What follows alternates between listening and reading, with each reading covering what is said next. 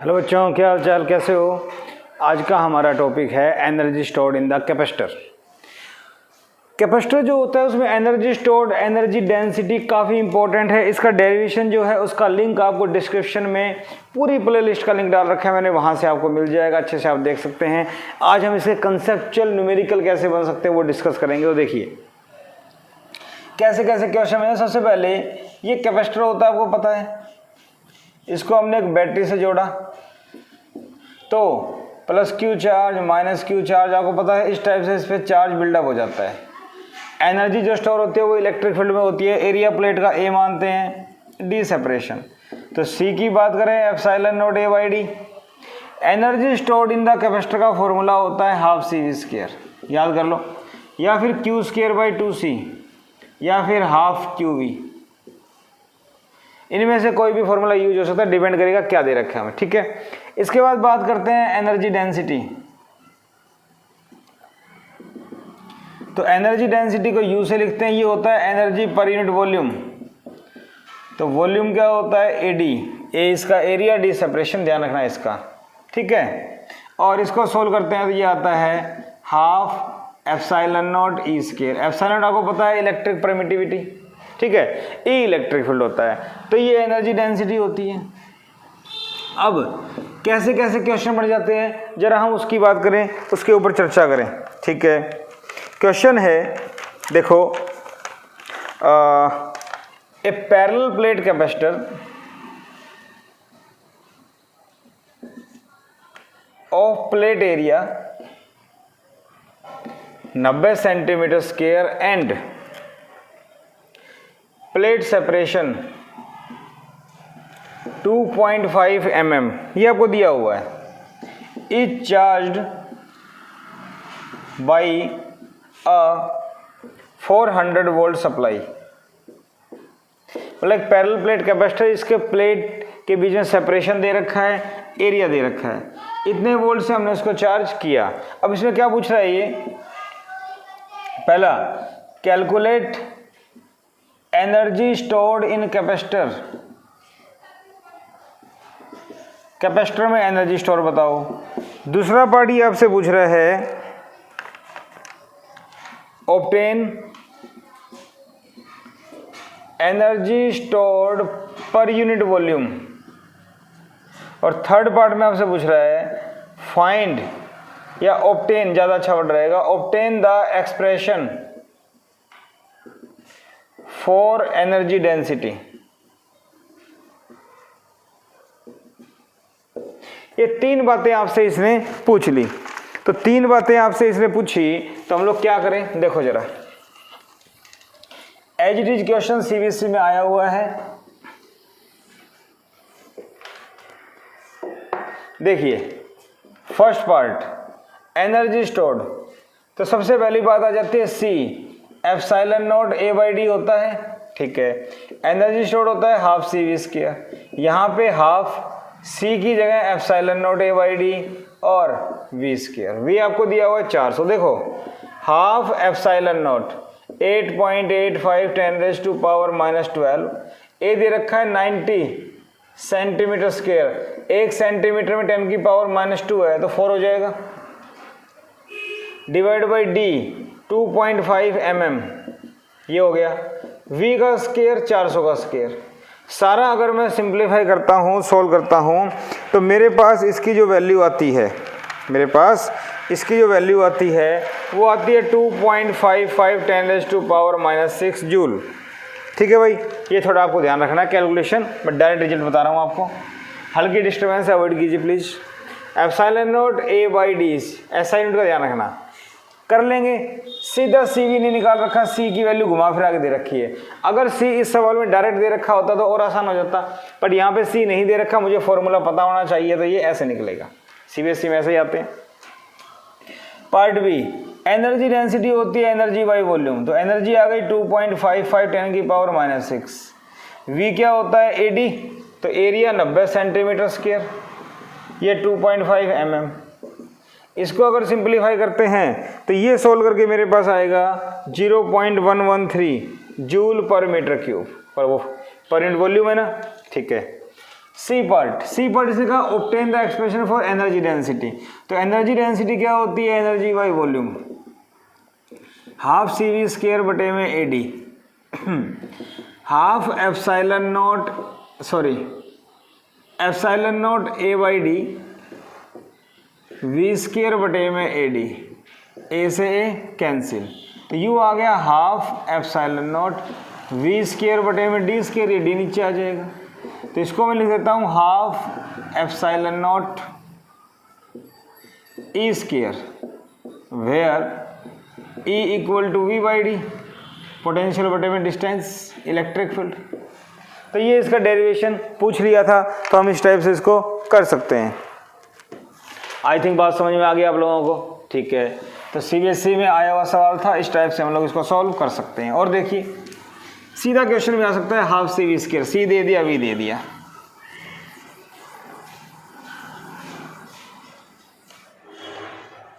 Okay, ये सवाल भी हो जाएगा।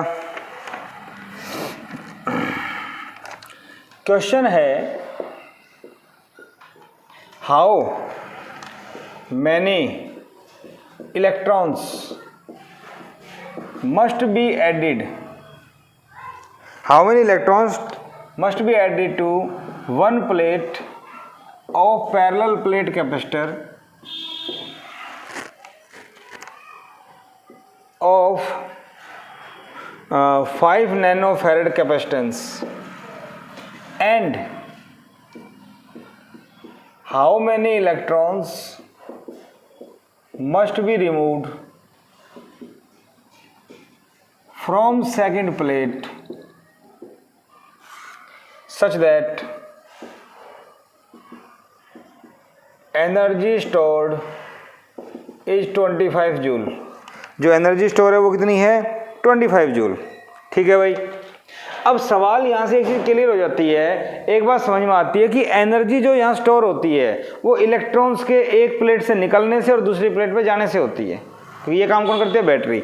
तो हमें नंबर ऑफ इलेक्ट्रॉन्स निकालने हैं, लेकिन एनर्जी दे रखी है। तो इस सवाल में कोई कन्फ्यूजन नहीं है, यू 25 जूल दिया हुआ है। यू का फॉर्मूला क्या होता है? हाफ सी वी स्क्वायर या क्यू स्क्वायर बाई 2c। कौन सा यूज करें दोनों में से? ये। क्यों? मुझे चाहिए नंबर ऑफ इलेक्ट्रॉन्स, और एक फॉर्मूला होता है Q equal to N E, यहाँ से लग जाएगा। तो मैं ये लगाऊंगा, तो Q square divide by 2c। C कितना है? 5 नैनो, और ये है 25। ठीक है भाई। तो क्यू स्क्वायर आ गया 5 दूनी 10, ये 8 हो जाएगा। तो 25 10 की पावर -8, रूट करेंगे तो ये आ गया 5 10 की पावर -4 कूलम।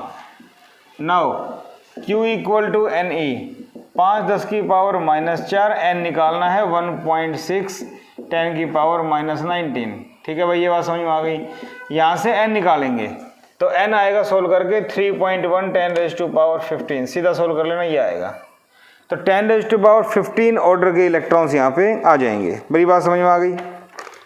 ओके, तो अच्छा सवाल था, थोड़ा सा डिफरेंट, इस टाइप का आ जाए तो कर सकते हैं। ठीक है। और देखो, ज़्यादा टिपिकल सवाल नहीं है, ज़्यादा मुश्किल आते भी नहीं है। एनर्जी स्टोर्ड, एनर्जी डेंसिटी के ऊपर। अब सीरीज पैरेलल कॉम्बिनेशन के सवाल बना देते हैं कई बार। वो कैसे करना है वो देखो। ये कह रहे net capacitance of 3 identical capacitors in series is 1 microfarad. Find net capacitance when these three are connected in parallel. एक तो ये पूछ लिया, सेकंड पार्ट आपसे पूछ लिया। अब आप कहोगे एनर्जी में सीरीज पैरेलल कहाँ से आ गया? सेकंड पार्ट में पूछा ratio of, find the ratio of energy stored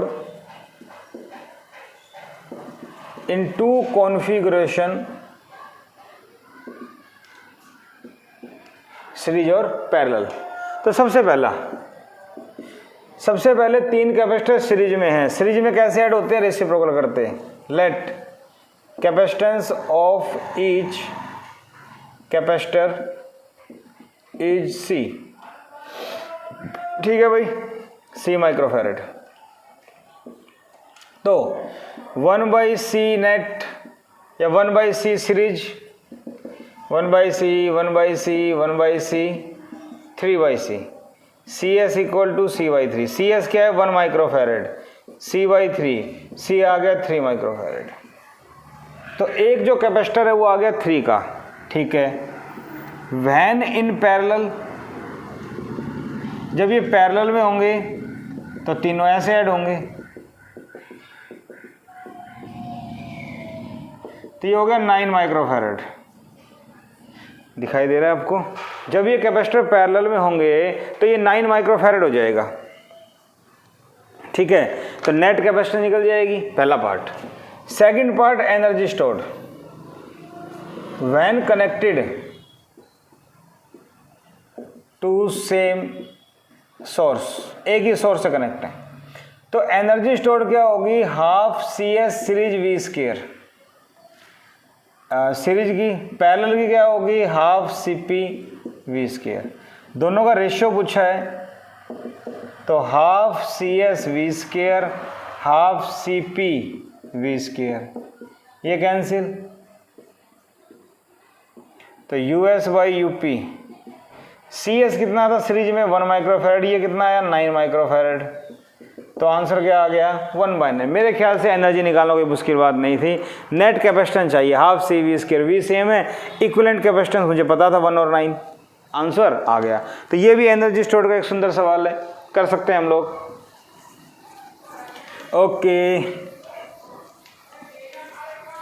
ये देखिए भाई, अच्छा सवाल था। इसके बाद और एक अच्छा सवाल जहाँ थोड़ी कैलकुलेशन बढ़ जाती है और कोई खास बात नहीं है। इसमें क्या करना है वो देखो।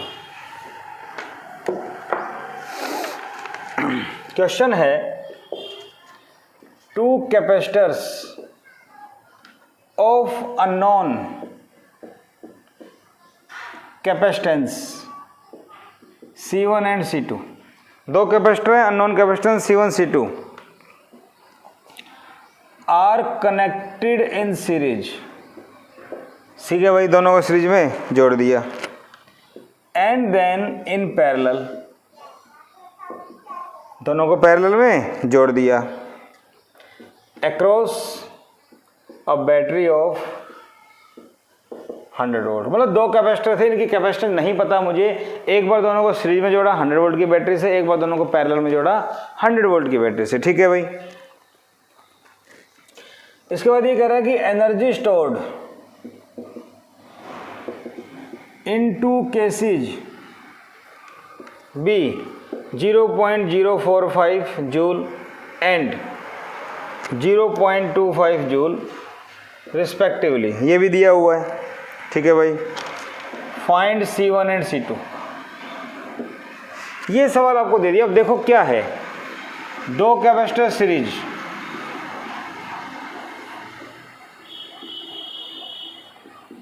सौ वोल्ट, 2 कैपेसिटर पैरेलल,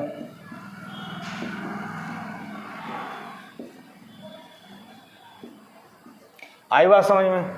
और एनर्जी स्टोर दे रखी है, एनर्जी स्टोर दे रखी है। तो यहाँ पे इक्विवेलेंट क्या होगा? C1 C2 बटे में C1 प्लस C2। यहाँ पे क्या होगा?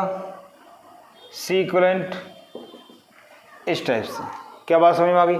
पहला सीरीज में कनेक्ट किया, बाद में पैरेलल में। आई बात समझ में? हाफ C V स्क्वायर, तो पहले की एनर्जी काफ़ी कम है, दूसरे की एनर्जी ज़्यादा है। इतनी बात समझ में आ गई? ओके, इसके बाद देखो सॉल्यूशन की बात करें, V की बात करें, V दोनों का सेम, C नेट की बात करेंगे। तो आपको पता है सीरीज में उल्टा करके ऐड करते हैं, तो इक्विवेलेंट जो आएगा वो जो है उससे भी कम आएगा, है ना? पता है आपको। तो एनर्जी भी कम आएगी। तो एनर्जी सीरीज की कम है, पैरेलल की थोड़ी ज़्यादा है, क्योंकि पैरेलल में डायरेक्ट ऐड होता है। तो U सीरीज 0.045 जूल। सीरीज के लिए क्या बनेगा? हाफ C1 बटे C1 plus C2 V square. क्या मेरी बात समझ में आ रही है? ठीक है, ठीक है, ये आ गया। यहां से अगर मैं सिंप्लीफाई करूं, V कितना दे रखा है, हाफ C1 बटे C1 प्लस C2 V 100 का स्क्वायर, तो ये हो गया 45/1000। क्या मेरी बात समझ में आ रही है? तो C1 बटे में C1 प्लस C2, इसको सिंप्लीफाई करेंगे तो 2 इधर चला जाएगा, 90 बटे 1000, और ये 10 की पावर 4 उधर जाके -4। आई बात समझ में? तो C1 बटे में C1 प्लस C2, इसको सिंप्लीफाई करेंगे, 3 ऊपर जाके 7, 9 10⁻⁻6। तो ये मेरे पास, इसको मैं सिंप्लीफाई करूंगा तो 9 10⁻⁻6 आ जाएगा। क्या मेरी बात समझ में आ गई? ठीक है भाई, तो ये मेरे पास इतना आ गया। ये चीज मुझे अच्छे से समझ में आ गई। इसके बाद नाउ पैरेलल में क्या था, C1 plus C2 V square 0.25 joule, ये दिया हुआ है।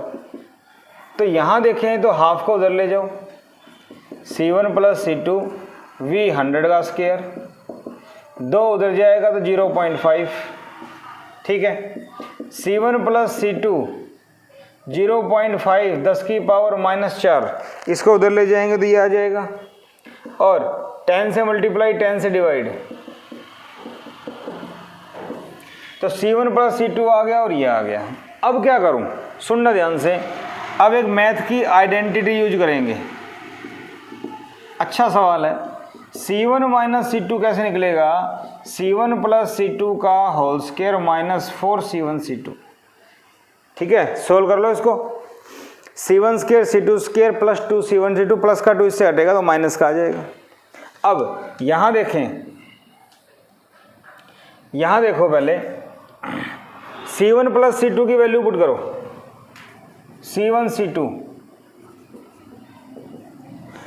प्लस C2 को मल्टीप्लाई कर दो, तो 9 5 45, 10 की पावर -11। C1 C2 अगर सिंप्लीफाई करते हैं तो ये इतना आ जाएगा। क्या मेरी बात समझ में आ रही है? C1 प्लस C2 कितना आया था, 9 गुणा 10 की पावर -6। C1 प्लस C2 आ गया, ये क्रॉस मल्टीप्लाई कर देंगे, ये आ जाएगा मेरे पास। ठीक है, इसको सिंप्लीफाई करना है। C1 प्लस C2 कितना है, 5 गुणा 10 की पावर -5 स्क्वायर, 4C1 C2 45 10 की पावर -11। बात समझ में आ गई? इसको सिंप्लीफाई कर लेना, ये मेरे पास जो भी आएगा मैं आपको बता देता हूँ। C1 माइनस C2 आता है 2.64 10⁻⁻5। मैथमेटिक्स से नीचे का आपको दिखाई दे रहा है। ठीक है, थोड़ी कैलकुलेशन है, कर लेना इसको, प्रैक्टिस। अब एक फॉर्मूला आ गया प्लस का, एक हो गया माइनस का। देखो C1 प्लस C2 है 5 गुणा 10 की पावर -5, C1 माइनस C2 है 2.64 -5। एक बार दोनों को ऐड कर दो, एक बार दोनों को माइनस कर दो, सोल्व करोगे तो C1 आएगा आपके पास 38.2 माइक्रोफैरड और C2 आएगा 18.8 माइक्रोफैरड। सोल्व कर लेना। तो इस सवाल को मैं थोड़ा अच्छा सवाल कहूँगा क्योंकि कैलकुलेशन थोड़ी सी अलग है, मैथ की आइडेंटिटी भी एक यूज हो रही है। बाकी एनर्जी डेंसिटी और हाफ CV स्क्वायर एनर्जी में कोई खास सवाल नहीं बनता, just formula series parallel combination में इसके अंदर डाल देते हैं। तो इजी सवाल है, प्रैक्टिस कीजिएगा, जहाँ से कुछ भी सवाल मिले उम्मीद है आप अच्छे से कर पाएंगे। बने रहिए, आपका अपना channel physics classes by Manoj Gupta. और नेक्स्ट लेक्चर हमारा होगा कॉमन पोटेंशियल का। बहुत इंपॉर्टेंट टॉपिक है क्योंकि इसके ऊपर सवाल आते रहते हैं। ठीक है बेटा, जुड़े रहिए, बने रहिए physics classes by Manoj Gupta के साथ। Thank you.